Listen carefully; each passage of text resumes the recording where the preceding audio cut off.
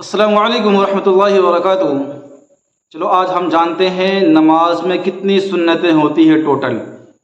نماز میں ٹوٹل جو ہے کہ 51 سنتیں ہوتی ہے، اور وہ سنتیں الگ الگ ہیں، جیسے کہ قیام کی سنتیں الگ ہیں، یعنی کھڑے ہونے کا سنتیں الگ ہیں، اور رکوع ہونے کی سنتیں الگ ہیں، رکوع میں جانے کی، اور جو ہے کہ سجدے کی سنتیں الگ ہیں، قرات کی سنتیں الگ ہیں۔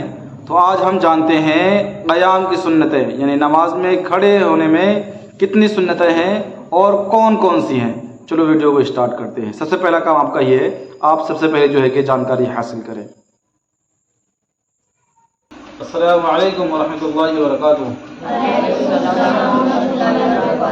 آج ہم جانیں گے کہ نماز کے اندر کتنی سنتیں ہیں۔ پتہ ہے کسی کو؟ وضو کے اندر کتنی سنتیں ہیں؟ وضو کے اندر 13 سنتیں ہیں۔ کتنی؟ 13 سنتیں ہیں۔ نبی صلی اللہ علیہ وسلم نے اپنی زندگی میں جن چیزوں کا حکم دیا یا جن چیزوں کو نبی علیہ الصلوۃ والسلام نے خود کیا ہے۔ تو نماز میں کتنی سنتیں ہیں ٹوٹل؟ 51 سنتیں ہیں نماز میں۔ جیسے کہ قیام جانتے ہو، قیام کسے کہتے ہیں؟ قیام کہتے ہیں کھڑے ہونے کو، سیدھا کھڑا ہونا بالکل۔ تو قیام کی جو ہے کہ 11 سنتیں ہیں۔ کتنی؟ 11۔ ایسے ہی قرات جانتے ہو کسے کہتے ہیں؟ قرات فرض ہے، قرات کرنا مطلب کہ قرآن مجید کا پڑھنا۔ قرات کسے کہتے ہیں؟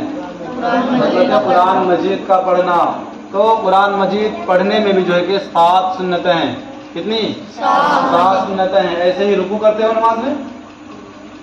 بولو، رکوع کرتے ہو؟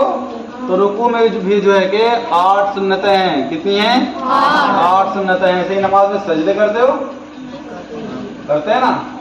سبھی جانتے ہو سجدے کو؟ تو سجدے میں جو ہے کہ 12 سنتیں ہیں۔ کتنی؟ 12 سنتیں ہیں۔ ایسے ہی نماز میں قاعدہ کرتے ہو؟ قاعدہ وہ پڑھنے والا قاعدہ نہیں، قاعدہ جو کرتے ہیں مطلب کہ 4 رکعت کی نماز میں ایک مرتبہ بیٹھتے ہیں، تو اسی بیٹھنے کو قاعدہ کہتے ہیں۔ 4 رکعت کی نماز میں 2 رکعت پڑھ کر بیٹھو گے نا، پھر جو ہے کہ چوتھی رکعت میں بیٹھو گے، تو یہ نماز کے اندر 2 قاعدے ہو گئے، یعنی بیٹھنا، تحیات جب پڑھتے ہیں بیٹھ کر، اسے یہ قاعدہ بولا جاتا ہے۔ تو اگلی ویڈیو میں جانیں گے اور سنتیں، لیکن آج جو ہے کہ ہم قیام کی سنتیں جانیں گے، مطلب کہ سیدھے کھڑے ہونے کی سنت ہے، سیدھے کھڑے ہو کر ہمیں کیا کرنا ہے۔ تو قیام کی کتنی سنتیں ہیں؟ قیام کی 11 سنتیں ہیں۔ کتنی؟ 11۔ قیام کسے کہتے ہیں؟ مطلب کہ سیدھا کھڑا ہونا۔ نماز میں پہلے سیدھا کھڑا ہوتے ہیں نا، پھر بعد میں جو ہے کہ اور کام کرتے ہیں، نیت وغیرہ باندھتے ہیں یا اور کام کرتے ہیں، رمض شریف پڑھتے ہیں، لیکن سب سے پہلے کیا کام ہوتا ہے؟ سیدھا کھڑا ہونا۔ تو اسے کیا کہتے ہیں؟ قیام کرنا۔ کیا کرنا؟ قیام کرنا۔ تو قیام کی کتنی سنتیں ہیں؟ 11۔ نمبر 1، تکبیر تحریمہ کے وقت سیدھا کھڑا ہونا۔ تکبیر کسے کہتے ہیں؟ تکبیر کہتے ہیں اللہ اکبر کہنے کو۔ اللہ اکبر کہا، اس کے بعد جو ہے کہ ہمیں سیدھا ہی کھڑا ہی رہنا ہے۔ کیا؟ سیدھا کھڑا رہنا ہے، یعنی سر کو پست نہیں کرنا، ایسے کھڑا نہیں ہونا جھک کے، بلکہ سیدھا کھڑا رہنا ہے۔ اور نگاہ کہاں رکھنی ہے؟ نیچے نہیں، سجدے کی جگہ پر جہاں ہم سجدہ کرتے ہیں، وہاں پر کیا رکھو گے؟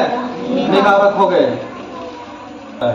نمبر 2، دونوں پیروں کے درمیان 4 انگلی کا فاصلہ ہونا۔ کتنی انگلی کا؟ 4 انگلی کا فاصلہ ہونا۔ اس سے کم نہیں ہونا چاہیے مردوں کے لیے، اور 1 بالشت سے زیادہ نہیں ہونا چاہیے مردوں کے لیے فاصلہ۔ اور پیروں کی انگلیاں جو ہے کہ قبلے کی طرف رکھنی ہے۔ یہ نہیں کہ نماز اگر ایسے پڑھ رہے ہو تو انگلیاں ایسے کر کے کھڑے ہو گئے، مطلب کہ پیر دونوں ایسے کر کے کھڑے ہو گئے، نہیں، بلکہ ایسے رکھو گے پیر بالکل کعبے کی طرف، جو ہے کہ انگلیاں بھی یہ رہنی چاہیے ساری کی ساری۔ یہ سنتوں میں سے ہے۔ اور نمبر 3، مقتدی کی تکبیر، امام صاحب جو تکبیر کہتے ہیں اللہ اکبر، تو فوراً ان کے ساتھ میں ہی تکبیر کہنا، یا جو ہے کہ فوراً اس کے بعد میں کہنا۔ جیسے کہ امام صاحب رکوع کریں گے یا سجدہ کریں گے یا تکبیر پڑھیں گے، اللہ اکبر کہیں گے نا، تو اس کے ساتھ ساتھ میں جو مقتدی پیچھے نماز پڑھنے والے ہیں وہ بھی تو تکبیر کہیں گے، تو ان کو بھی تکبیر کہنا ہے، تو وہ بھی تکبیر کہیں گے کیا؟ اللہ اکبر، یا تو ان کے ساتھ ساتھ میں کہیں گے یا پھر فوراً بعد میں کہیں گے۔ یہ نہیں کہ امام صاحب نے جو ہے کہ بہت پہلے تکبیر کہہ دی ہے، اب جو ہے کہ ہم بعد میں آ کر تکبیر پڑھ رہے ہیں بہت دیر کے بعد میں، تو اس طریقے سے نہیں ہونا چاہیے، ہاتھوں ہاتھ تکبیر کہنی چاہیے۔ اور نمبر 4، تکبیر تحریمہ کے وقت دونوں ہاتھ کو کانوں تک اٹھانا۔ کانوں تک ہاتھ اٹھاتے ہیں نا، تبھی تو نیت باندھتے ہیں، یہ بھی ایک سنت ہے۔ اور نمبر 5،